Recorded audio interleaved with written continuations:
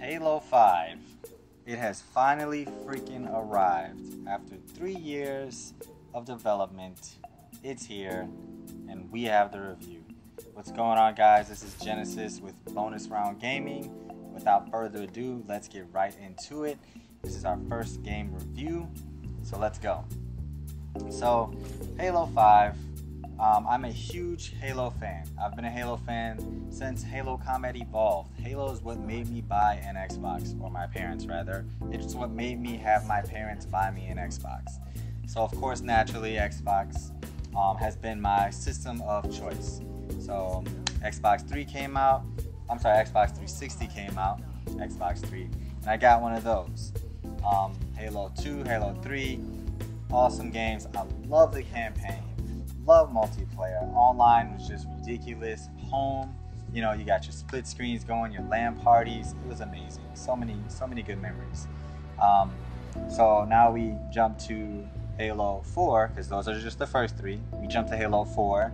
343 Studios took over. I was a little bit iffy about that, but whatever. Let's keep the Halo franchise going. I thought it would be a good ending at 3, but fine, whatever. More Halo, more fun, right? So 343 takes over, and I thought they did a pretty good job, actually. I wasn't disappointed per se. I thought the campaign was pretty good. I liked where they were going with the story. Towards the end of last gen systems, 360, I thought the graphics were pretty good. I liked the game. Even online, was pretty fun. They did a good job, so I wasn't upset. So here we are, Halo 5, and I'm upset. The graphics, first and foremost, oh my god. Xbox One, this is your first Halo game. And then my Xbox turns on as I say that out loud. First Halo game on next gen, and it looks like a bad last gen game. Halo 4 looked better to me. But what do I know? I just show up, I play the games, right? Wrong. It looks atrocious in my opinion. Halo 4 looked better, and playing through the campaign, yeah, they had some awesome cutscenes. It was great. And then you jump to gameplay and you're like, wait a minute. And maybe I'm just spoiled from playing other games. I'm gonna throw a game out there, Assassin's Creed, Metal Gear Solid. Maybe I'm spoiled. Even Destiny looked better. Just to throw a fantasy type game in there. Destiny looked better. Destiny was way more refined. It just looked better. And now we're talking detail. The entire game doesn't even run at 1080p. Most of the time you're running at 900, and that's just from what some of the developers were saying. Not even full resolution 1080p. So what they came back with was, hey, the game runs at 60 frames per second. That is awesome. I will throw that out there. The game is silky smooth no matter what you're doing. The menus, everything, silky smooth. Awesome. Is that a trade-off that you are willing to go for graphics? Me personally, no.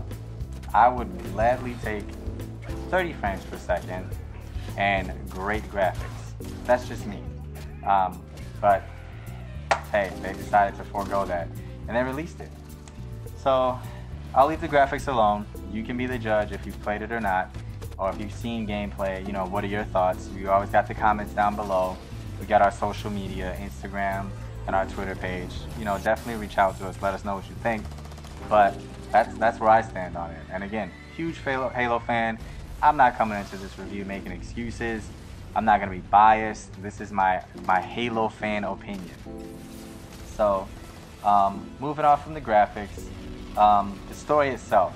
The story, you get in the game, and if you played Halo 4, starting Halo 5, you're like, what's going on? I had no idea. They don't explain anything. They throw you right in the middle. Hey, yeah, we've came out with TV shows and these little mini-series. I ain't got time to keep up with all that bull. I just want to play the games from story to story, each game, and I expect it to tell me what's going on. I'm not expecting another Destiny where you got Grimoire cards and all the stories not in the game but in the cards. I don't want that bull. So you get in the game and you're lost. You don't know what's going on. Master Chief is back with Blue Team. Where did Blue Team come from? nobody knows. Nobody decides to explain that at all in the story. So Master Chief's back with Blue Team. I'm not gonna ruin any of the story, but they're there together. They're doing their thing, and Agent Locke and his team. You have no idea who Locke is unless you decided to do your own research and watch these extra things they've come out with. But the gameplay within the story, just the story alone, really quickly, it just wasn't that good. It wasn't told well. There was really no high point in the story. You don't really get caught up in it. It's just blah. It's really short as well. I beat the game in less than 15 or 14 hours, I want to say, campaign-wise. I bought it Tuesday, played it Wednesday and Thursday, and was done by Friday. And my wife's like, "You're gonna beat the game? You're gonna spend so much time and this, that, and the third." And lo and behold, it's over before I know it and before she knows it. So, I mean, take it for what it is. The campaigns have never been long, but it will definitely take you maybe 2 days if you diligently play it. You can beat it in 2 days, hands down. So, with that being said about how short it is, again, the story was not there really. Nothing's really explained. By the time you kind of realize what's going on, it's kind of almost over. And they've got all these characters that no one's really introduced. They're just there. There's no character development after they're just there. But hey, so story, and this ties in a little bit with the graphics. You don't really get to appreciate any type of beauty in the game until you get to about mission 7. There, the scenery looks decent. I will give it to them. It looks decent only on mission 7. Outside of that, back to the trash. So we've got music, classic Halo music. In the main menus, it's there. It's beautiful. I love it. I always will. It's great. Throughout the game, don't really notice music too much. Towards the end, you get the classic Halo Major Leonard theme, but that's it. That's towards the end, and it's whatever. But they really nailed it on the menus, and I love it. So within the campaign, you will notice that, in fact, they did a little bit of revision when it comes to the Promethean enemies. The Knights, they've been beefed up tremendously. They're not as out there as they used to be. Then you got what they've added. They got these little soldiers they throw in there. Then of course they got the little ones that run around and just piss you off. So that was cool that they beefed up the Knights. I thought they were a little bit overused in the last one. They're pretty cool.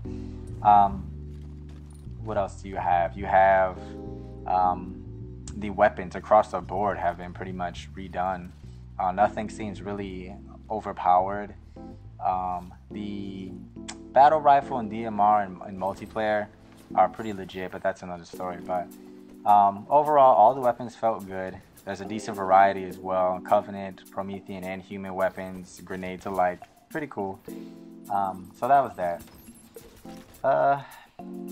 Aside from those things, before we move away from just the core Halo experience, campaign, and multiplayer, there is no split screen. We all know that it sucks, and we know what we made a big thing about it going into the game.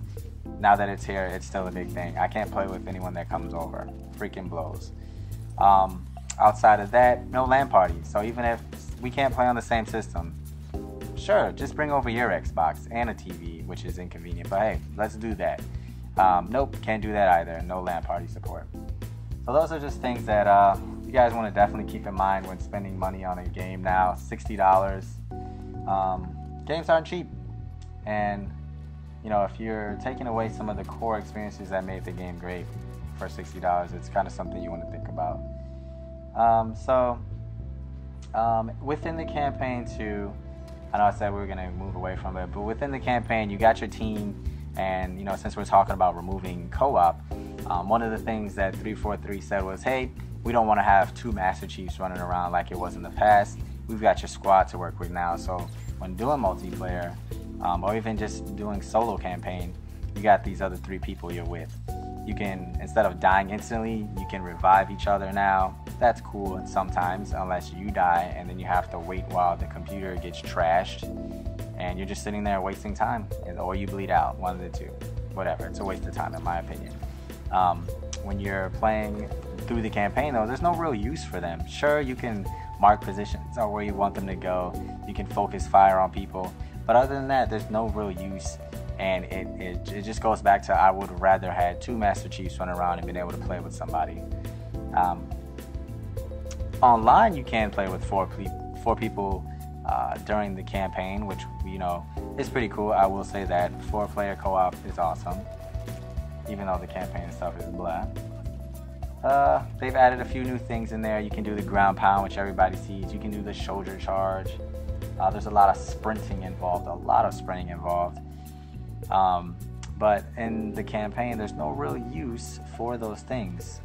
Literally once or twice, you have to shoulder charge through an object to get to the next room, but that is it. Once or twice, max, done. So it's kind of useless during the campaign, but multiplayer is where that shines. So, being that we're going to go into multiplayer now, since I mentioned it. Multiplayer, it is, I'll say, it's pretty freaking fun. They've captured the core Halo, you know, traditional classic run and gun. It's not overcomplicated. You got these couple abilities in there, sure, but it is at its best. I'm not gonna say it's best. It's really, really good though. They did a really good job with it. However, being that the graphics are atrocious, when playing, I just couldn't get past it. I spent $60 on this game. It's on Xbox One next gen, and it looks like garbage in my opinion. It really detracts from the overall experience. Smooth, 60 frames per second or not, it just detracts. But if you don't care and you're like, whatever, I'm gonna play it anyways, you're gonna have fun. If you don't care how it looks, you're gonna have fun. The ground pound is awesome to use. Shoulder charge is awesome to use. It's fun. It really is fun. I can't take anything away from it. Just again, if you don't care about graphics, then go for it. If you do, if that's big for you, you're gonna be pissed. So, gameplay throughout the campaign, can't really knock it. It's really solid. Is it fun? Did I have fun playing the campaign? Not really. The graphics, terrible. Music and the menus, beautiful. 60 frames per second is awesome. 4-player co-op online is awesome. You got the new abilities. Lack of 1080p, not many campaign missions with depth in them. You'll never get lost in the game. You can literally just run through. You push down on the D-pad, it tells you where to go. Boom, that's where you go, and that's it. You can really blow through the game. And you know, campaign isn't everything. That multiplayer is the more the bringer there. So multiplayer, boom, you got it. It's amazing. So the verdict on the game overall, without giving away too much spoilers and all that good jazz, out of 5, I'm gonna give it a 2. Campaign's really short, not really involved, not good. Graphically, just it's backwards. They took a step backwards, and it really, really, really bugs me. I played it for what?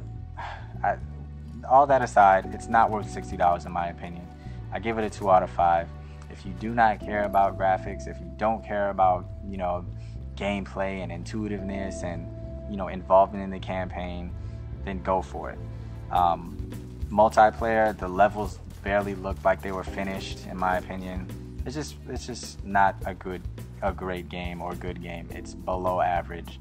And the bar is really high for 343, and they missed it completely. Just purely missed it. Never had a chance.